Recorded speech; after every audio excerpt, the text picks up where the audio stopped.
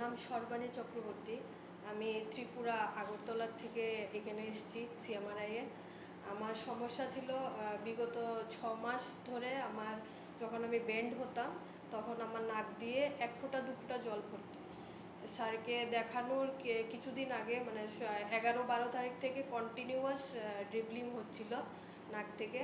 তো আমি পেশাগতভাবে nursing officer, তাই জন্য আমি আমাদের হসপিটালের ডক্টরের সাথে মানে কথাবার্তা বললাম। তো এরপর উনি বললো যে কিছু ইনভেস্টিগেশন দিয়েছে যেটা নাকি ত্রিপুরাতে হতো না, যেই কারণে আমি সিএমআরআইয়ে এসেছি।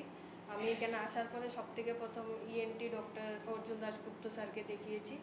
স্যার আমাকে অমিতাভ স্যারের কাছে রেফার করেছে।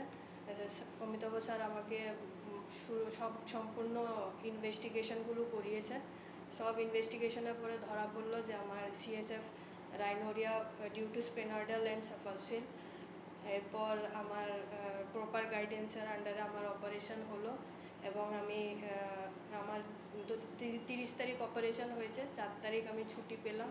এরপর আমি এখন আগে থেকে অনেক ভালো আছি, এখন একদম মানে আগের মতনই আছি আমি, এখন আর আমার কোনো সমস্যা নেই সেরকম।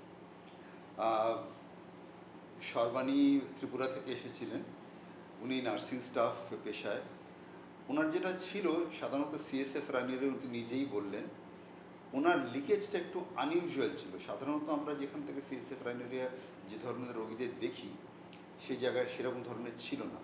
ওনার ছিল আমাদের যে মস্তিষ্কে যে টেম্পোরাল লোব, ওই জায়গা থেকে একটা জায়গা হার্নিয়েট করে টেম্পোরাল লোব এবং ব্রেনের অংশটা হার্নিয়েট করে স্ফিনয়েড সাইনাসের একদম একটা কোণে ওখান থেকে লিকেজটা হচ্ছিল।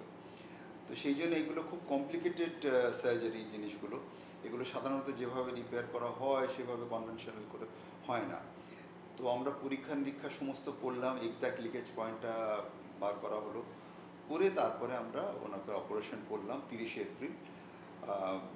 ঈশ্বরের কৃপায় উনি খুব চটপট সুস্থ হয়ে উঠলেন। আজকে জুন মাস, উনি অলরেডি কাজে জয়েন করে গেছেন, নার্সিং কাজে। উনি আজকে ফলো আপে এসছেন, আমরা বলেছি 3 মাস বাদে আরেকবার আসতে।